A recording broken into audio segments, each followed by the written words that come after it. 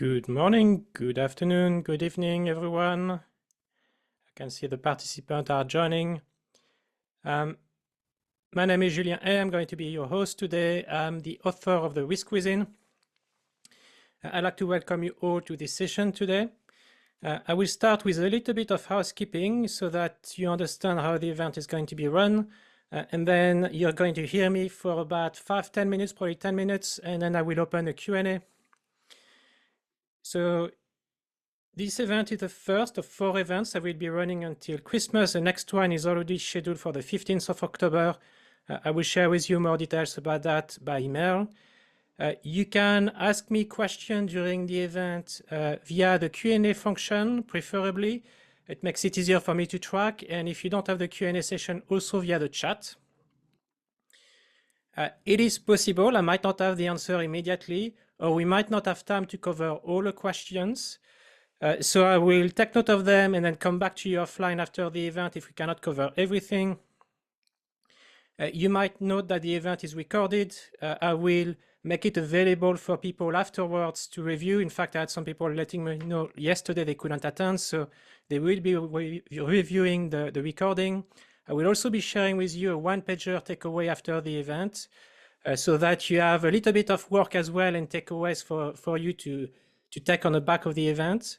I will be running as well a couple of anonymous pulse surveys, as well as a feedback at the end. So when you're going to leave the webinar, you're going to be redirected to a web page, a Zoom web page, just to collect some anonymous feedback. Please try to complete that if you can. It really helps me improve the organization and coordination of this event. You can find more information about my book. You can see the QR code. I think it's on my left on your screen, top right on your views. If you screen that, you can go directly to the risk.net, the publishers page, where you can find more information about the book and actually buy it if you're interested and have not done so already. And yes, the anonymous feedback I mentioned already. So a little bit of background about myself for those of you who do not know me. I spent 26 years in the financial services industry. I worked as a trader. I worked in transformation, business transformation, finance, treasury, middle office, back office. I've done a little bit of everything before I moved into risk about 13 years ago, and where I led quite significant global risk function. I used to be a chief risk officer in major financial institutions, and I also led a risk transformation program, which effectively is a base for the book, and I will come back to that in a minute. 2.5 years ago, I decided to become independent. One of my objectives was to write this book, which we are going to talk about today. Currently, I'm a risk advisor. I'm a trustee and NED, a non-executive director, part-time risk executive for fintech, and also the host of the Riskmaster podcast, if you have not heard about it. When I engaged in that adventure, and especially writing the book, my primary objective was to talk about my experience in risk transformation. For those of you who've read my blog, you will have seen me talking about some of my experience, things I've not done well, actually, looking back with hindsight. And I've been raising the question as to how is it possible that major banks, financial institutions spend so much money in risk transformation while getting effectively so little return for the money they put on the table. And it's only when I came across the notion of psychological safety about 4 years ago that the penny dropped. I subsequently read about Project Aristotle at Google, and then the work of Amy Edmondson. I read her book, The Fearless Organization, which I highly recommend if you're interested in the topic. And I reached a conclusion that actually the biggest mistake I made leading risk transformation was not to factor the cultural aspect of using risk management capabilities and tools. And if you look back into what happened with Credit Suisse, it's a case in point of that. I had the opportunity to talk with someone who was there when Credit Suisse experienced some significant problem, especially with Archegos. And the feedback was that risk system and environment actually worked. People had the information, they simply didn't feel they could do anything with it and escalate it.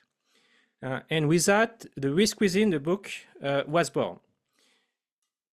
Today, I'm going to position why I feel that psychological safety is really a strategic enabler for risk management, how it shapes how people respond under pressure to difficult situations, why it's so important for innovation and strategic decision. And ultimately, from my perspective, when psychological safety is strong from a cultural standpoint, you see risk sooner, you can act sooner in a better and more informed way, and you build trust. Hence the title of the session today, Why Risk Strategy Starts with Trust. For me, it is foundational to make sure risk management operates in the way it needs to operate. To anchor the discussion today, I'm going to focus on the first two chapters of the book.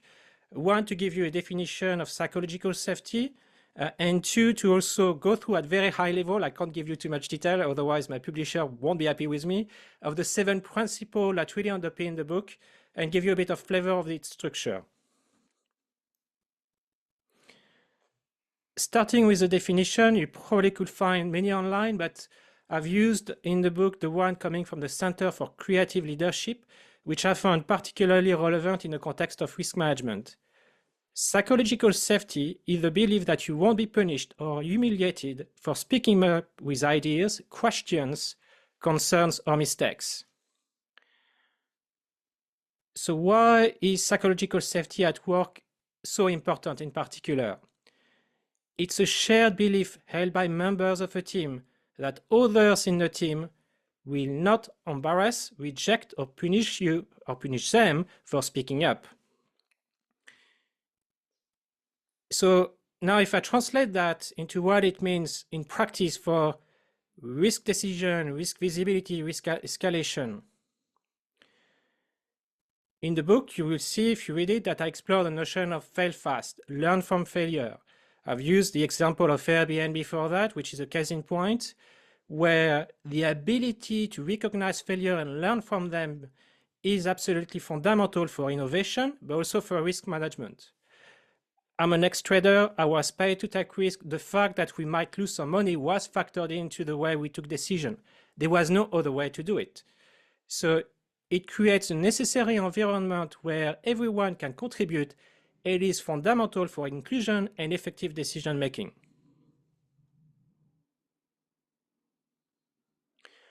What it's not, and that is particularly fundamental, it is not about avoiding conflicts. A psychologically safe organization will surface and deal with conflict. It will not bury them and avoid them. It is not about being nice with each other. It's about being transparent and not avoiding difficult discussion. It's actually making sure that we can work together to address difficult discussions.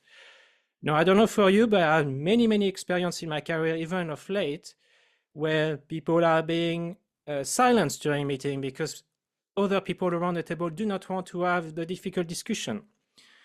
I've seen during interviews, people, especially in HR, telling me that, yeah, we're a very nice organization. Everybody wants to be here. And by the way, we are a very collegial organization. When I hear that, I like red flag number 1, red flag number 2, red flag number 3. It means practically people are not telling what they're supposed to do. They're simply showing up and making sure that people hear what they want to hear. So all of those aspects are covered in the book. They are fundamental, in my view, again, to make sure risk operates in the way it's supposed to. And they are fundamental if you're in a risk function today for you to do your job. And so with that, I'm going to get you to work a little bit before I share some more insights into some of the pulse surveys I've been running over the past few months. I'm launching the first pulse survey I'm going to run. Again, it's anonymous, so don't worry about your response in that context. If you can think about where does hesitation start in your context, right? So if you think about the context in which you operate, how does it translate? So I have 1 response, 2 responses, 3, 4, 5, 6, 10 more seconds.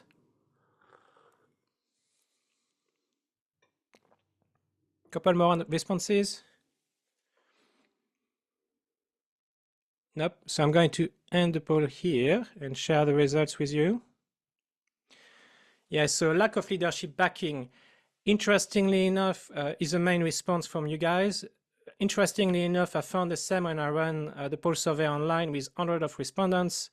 Fear of repercussion, interestingly enough, is not the main one, but it's also very much cultural dependent.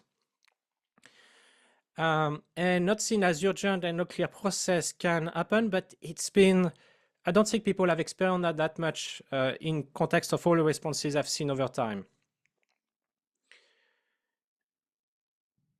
So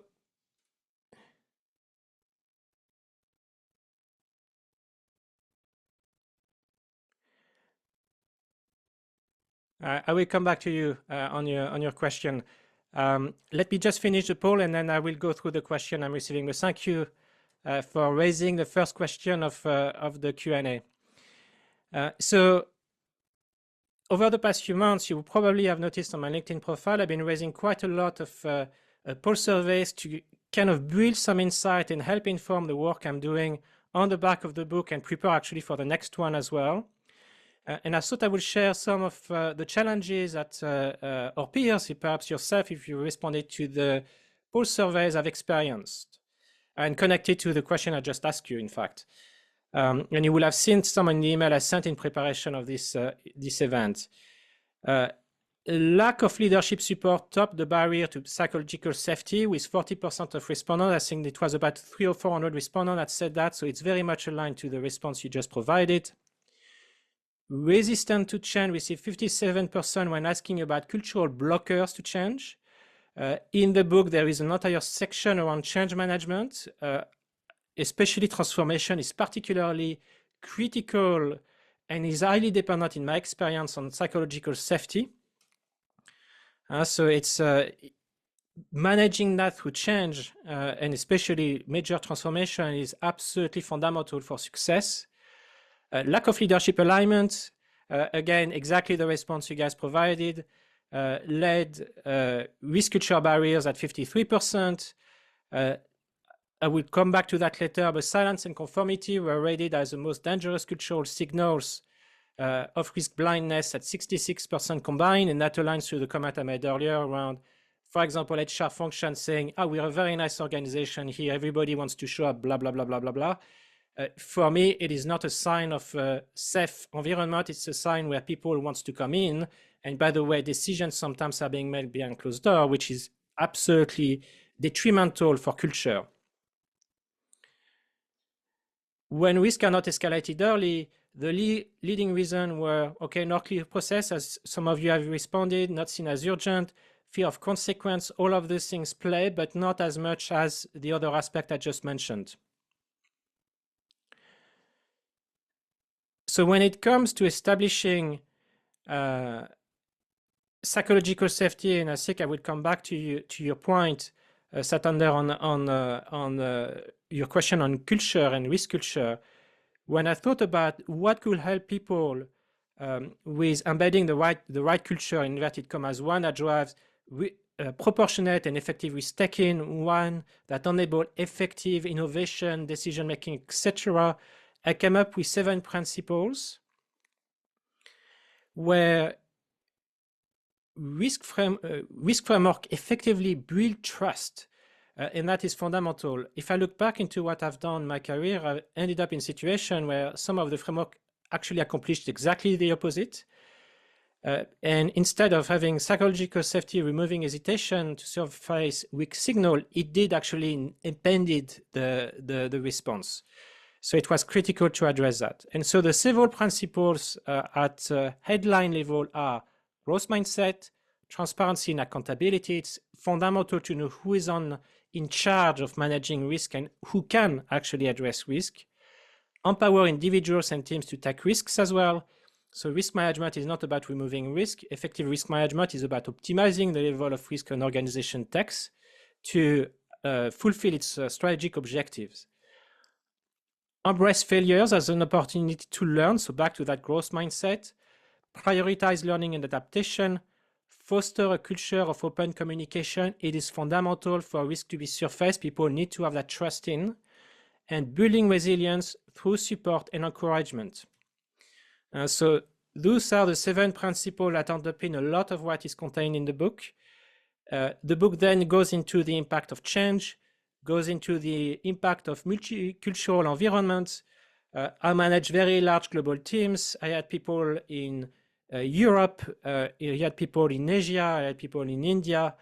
You cannot lead people in this environment in the same way. You need to understand the cultural differences and how they impact psychological safety and even the way people respond to risks. And in that context, if you want to take one thing away and one read away, beside my book and articles, read about Project Aristotle and the Google's Project Aristotle that demonstrated that high-performing teams thrive on open communication and shared decision-making.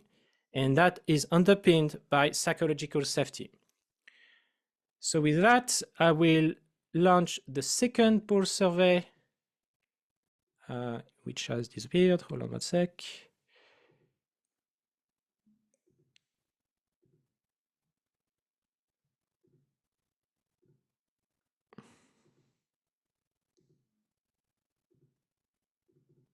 And for some reason, it's not letting me do it. So if I can't make it work, then we won't have the second pulse survey. So I'm not sure to know what's not working here. Well, all right. So apologies, I can't make the second pulse survey launch. So I will go straight into your question. So the first question is regarding culture and risk culture, where does the trust start from, and does a letter embed it? So for me, trust starts with giving the authorization of people to speak up and in a way speak their truth. Now, it's not an open door. It's not about enabling people to say anything and everything they want. It's about making sure that if they have challenge about project decision, ongoing activities, if they have questions, if they think things could be done differently, if their concerns, things might not go in the direction they have, if they might miss their objectives, that they feel they can speak up. And without that speak up culture, without that trust behind that, they will be able to do that. And moreover, they're going to be helped to address the situation because the two have to come hand in hand. You will not be able to build that trust. And if I give you an example, I've seen many organizations, especially for the technical aspect, risk events, people saying, well, that issue happened. What are you going to do about it? That is, for me, the wrong positioning, especially from a top-down executive level. What executives should say is, we've seen that issues, by the way, and we know it's not the first time that happens. What do you need from us to succeed in fixing it? That builds trust, accountability, and enable people to actually succeed. Is that still sharing? Yeah, good point.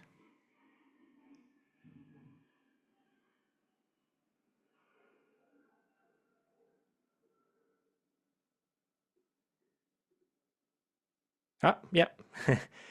Thank you, Martin. You saved my technical problem. We'll come back to the questions, the second pulse survey in a second. So as I finish answering the question for me, that is absolutely fundamental in addressing trust in an organization. So Anusha, I've seen you raised your hand. I will just launch a pulse survey for a second and I will come back to you.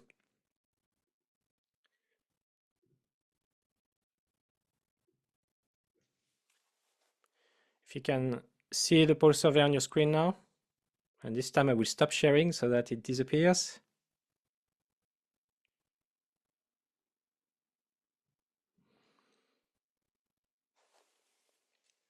And one response to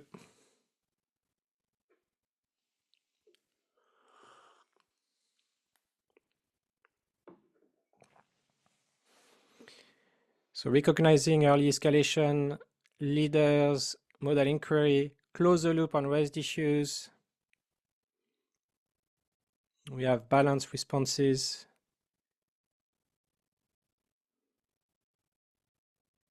I'll give you 10 more seconds.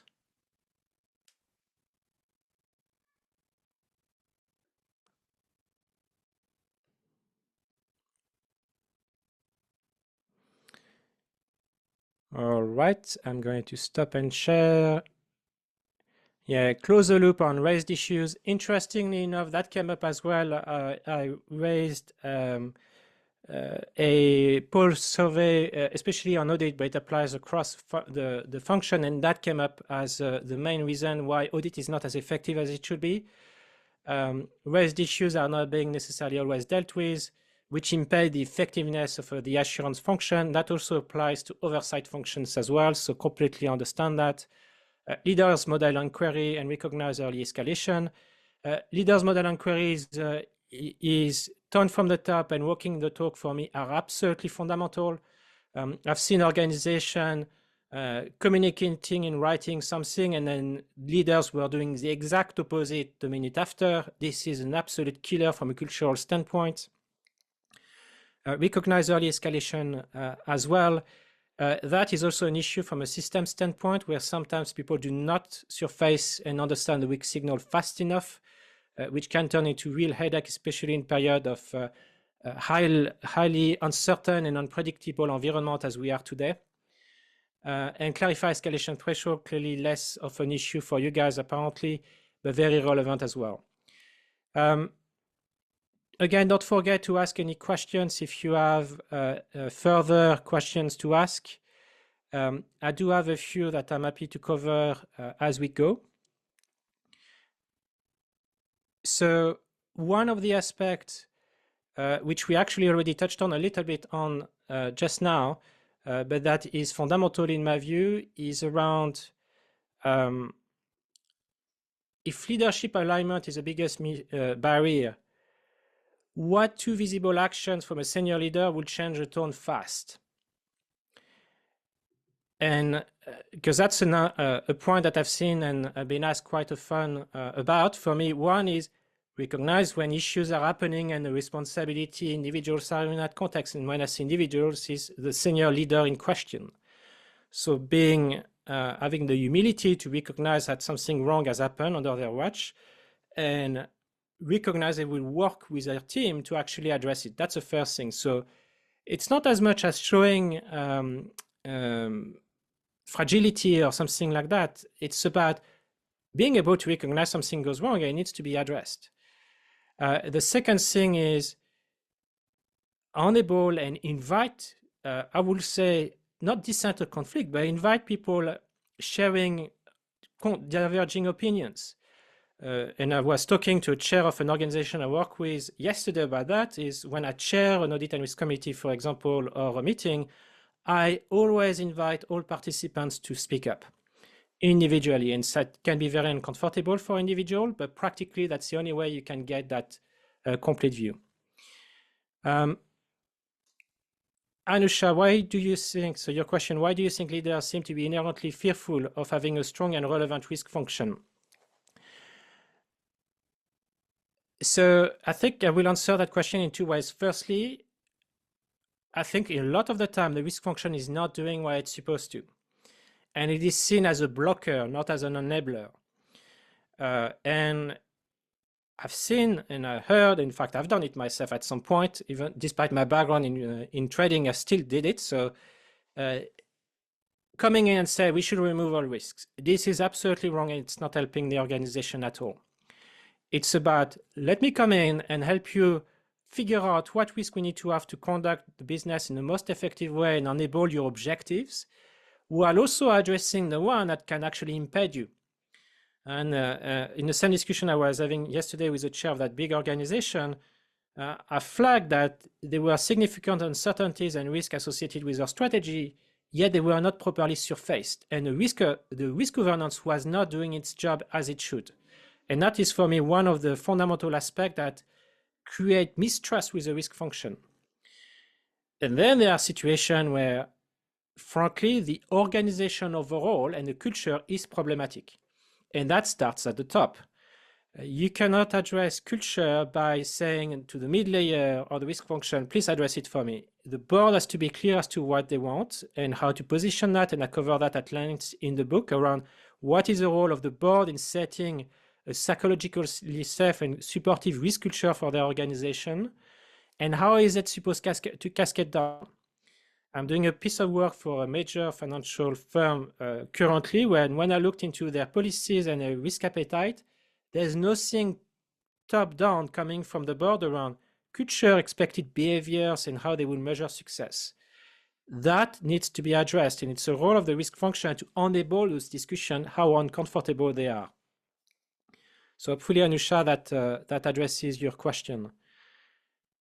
Any other question from you guys? Otherwise, I have a few more I can cover as well. One of the other aspects I cover in the book is how do you frame accountability so it supports learning and avoids fear of blame. So, and I cover that at length in the books because I've seen in a former life the immediate reaction from senior management, the CEO and the board when a risk event was raised is, why are we having that problem again? And that is, and I mentioned that earlier, this is absolutely wrong. It drives the wrong behavior across the organization. The issue I found in that particular organization is that the accountability for risk management was assigned to individuals who didn't have the authorization, the mandate, never mind the funds, to actually fix the problems. So practically they had all the issues under their name, but no means to actually address them. And whenever they were coming back saying, we need to fix that because we're seeing the biggest volume of issues in that particular area, management say, do what you can with what you have, but we are not leading transformation in that business, which is effectively what was required to fix the underlying pain point and weaknesses in the underlying process and activities. That is fundamental, and I spent quite a lot of time in the early chapters of the book to address that, making sure that accountability is not only assigned and clearly defined, but actually the accountable individuals can fulfill their mandate. And that means budget and authorization and mandate to do that. Just checking if there are any other questions. I can't see any, so I'm going to keep going. Another aspect that is, again, fundamental for, sorry, I just lost my questions. Here we go. For proper culture is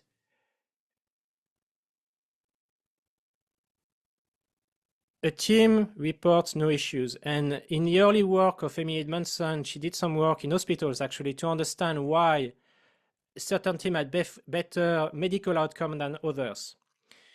And it was particularly telling that the teams that actually reported the most issues were the ones that, strangely enough, without hindsight, had the best medical outcome. And the result for that was very simple, because they recognized the issues and where they had weaknesses and were talking about them and raising them, then they could actually fix them. And in a former life, I spent significant amount of time, not on the function that said we have tons of risk events, but on the one where I saw they would have and reported nothing. Because it is telling that if they're saying, if an HR function, a finance function, and others saying, everything is fine, we don't have that many compared to the business and operations, that for me is a signal there is a problem in those functions. So the lack of signal is in itself a sign there is a problem.